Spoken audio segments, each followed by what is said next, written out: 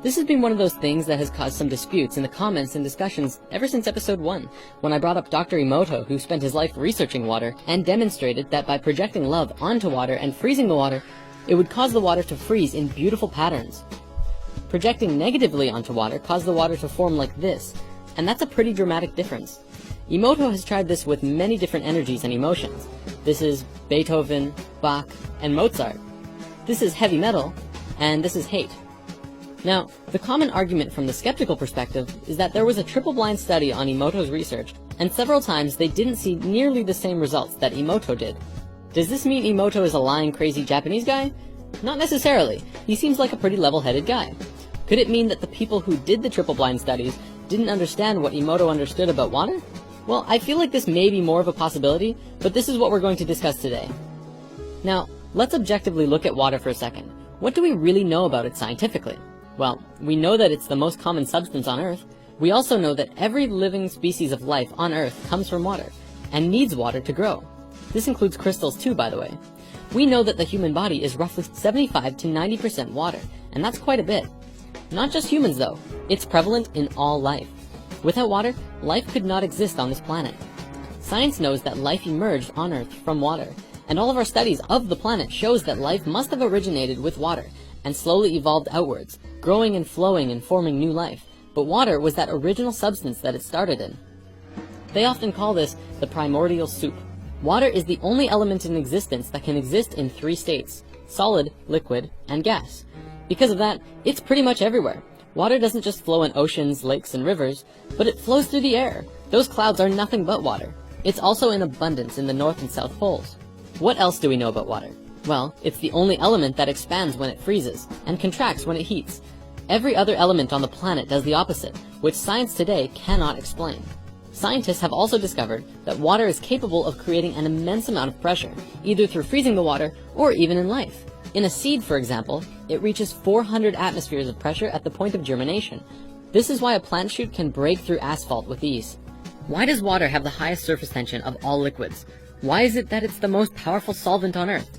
And why is water able to rise against gravity through the trunks of giant trees against thousands of atmospheres of pressure? Want to know the truth?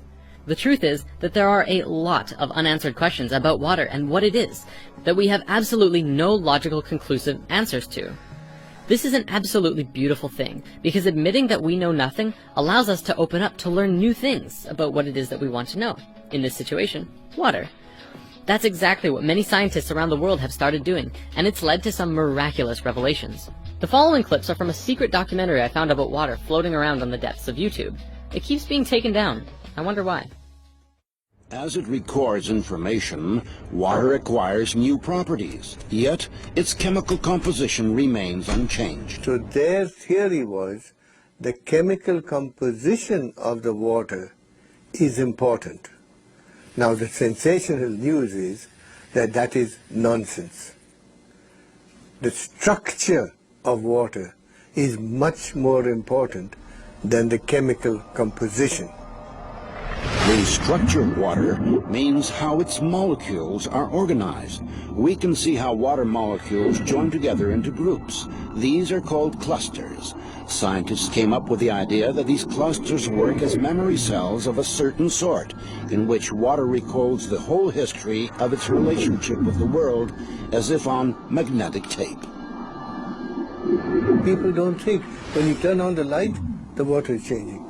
When you turn on the electric field from the power lines, the water may change. So that is the direction of research.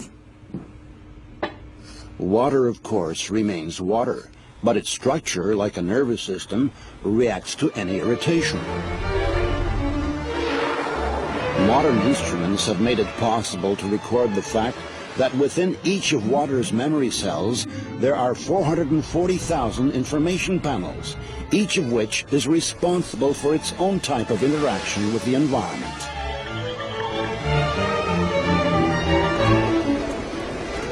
If you consider a cluster as a group of specific molecules, then it can survive only a short amount of time. But if you consider it as a structure whereby molecules can leave and other molecules come in, the cluster can last effectively for a very long time. The stability of the cluster structures confirmed the hypothesis that water is capable of recording and storing information. It may be the single most malleable computer, it's like a computer memory. It's the memory of information. We must know how it is arranged. It is like the alphabet. If I give you the alphabet, you don't know a word, you don't know a letter, you don't know a sentence. So the molecular structure is the alphabet of water. And you must make a sentence out of water, and you can change a sentence. See, it's not just Emoto who's doing research on water, but many scientists, especially a lot of Russian scientists too, are hammering out amazing water discoveries every day. Emoto kind of led the way publicly when it came to the crystallized water freezing though, which opened up many avenues of public discussion. Now that we've looked at the light side of things, it's time to take a look at the darkness. Remember, everything is energy and all energy can be transmuted from light to dark, or vice versa. This is how water flows naturally in nature. Doesn't that look happy? Water flows in curves wherever it needs to go. However, water makes a different trip when it goes into our homes. It goes like this. Lots and lots and lots of right angle turns and hard edges. If you've read the Emerald Tablets, you might remember Thoth describing in Tablet 8 the story of how he existed in the realm of curves, and it was amazing, but then he ventured into the realm of angles and was chased down by demons. Now, the story itself, I feel, cannot truly be comprehended from our current level of consciousness, but yet it has a striking connection to how we damage our water through our technology. This doesn't flow. It's not healthy. The natural structure of water is broken apart with every turn. On an even greater scale, it is known that most cities work on a closed-loop system. This means that the water we use is continually recycled over and over. The water passes through aggressive chemical purification and powerful filters. Then, the water returns to our homes, still remembering the chemicals and violence it was subjected to. Even worse than that, though, is the informational pollution that the water accumulates as the water flows down miles of long pipes through thousands and thousands of homes and apartments. We are polluting our water spiritually, and it's happening on a huge scale. The water adopts all of the stress, fear, and anger in our lives. By the time it gets to our bodies, it is not in very good shape at all, and it's not benefiting us by drinking it. Now, I realize that that's pretty dark, but the most important thing to remember is that everything is energy, and all energy can be transmuted. So let's talk about that. What are some practical solutions for both cleansing our own water and getting cleaner and healthier, happier water into our bodies? First, I believe that this is another one of those many uses of Orgonite. If we throw Orgonite into our sewers or just keep them near the pipes in our houses, that will begin to drastically alter and begin a positive transmutation of the negative energy in the water into something more fantastic. Second, make yourself some spirit water. Since we discussed spirit water in crystals part 2, many individuals have written in to tell how they are no longer drinking coffee in the morning because they are putting crystals in their water before they go to bed and having a healthy, fresh glass of charged and vitalized water before their day instead. By bringing that healthy energy into your being, you're able to use that frequency and make yourself healthier and think clearer, and bring more high frequency and happiness into your life and all those around you, which in turn will spread more love. If our ancestors were able to make healing water using silver jars, what's to stop us from doing it too? Third, I think it would be amazing to do a weekly water meditation. Every Sunday, I'm going to go into meditation and put my intention and focus on healing and rejuvenating the water of the planet. It doesn't have to be at a synchronized time, we'll just say at some point on Sundays. You can work on transmuting the water in your body, or in the water flowing through your house, or for the whole planet. It's up to you, and every meditation will count, because you're setting your intention and projecting your consciousness that which you desire. And finally, be grateful for the water you drink. Here's another clip I'd like to show you. Dr. Emoto has conducted another interesting experiment. He placed rice into 3 glass beakers and covered it with water. And then every day for a month, he said, "Thank you" to one beaker, "You're an idiot" to the second, and the third one he completely ignored.